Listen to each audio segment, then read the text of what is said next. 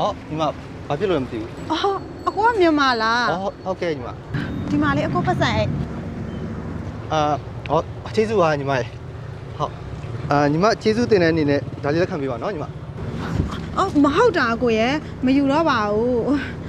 ရပါရဲ့နော်ဟိုကိုမြန်မာနိုင်ငံသားအရှင်းရှင်းပဲရိုင်းမရမှာပေါ့အခုလိုမျိုးကုညီလိုက်လို့လဲညီမတို့အတွက်အပန်းမကြီးပါဘူးသွားလာအောင်မယ်နော် ဟုတ်ခဏလေးနော်ညီမဒါအကိုရဲ့ဖုန်းနံပါတ်ပါ အော် အကိုကထိုင်းမြန်မာလောက်ကင်ရှာဖွေလုပ်ငန်းလုပ်နေတဲ့သူပါ ဒါဖြစ်ပွဲစားပဲပေါ့ဒါကြောင့်အိတ်ကဖောင်းတာ ပွဲစားဆိုပေမဲ့ကိုမြန်မာနိုင်ငံသားချင်းချင်းကိုသေးစုပ်တဲ့ပွဲစားမျိုးတော့မဟုတ်ပါဘူးဗျာကုညီလို့ရင်ဖုန်းဆက်လိုက်နော်ကိုသွားလိုက်အောင်မယ်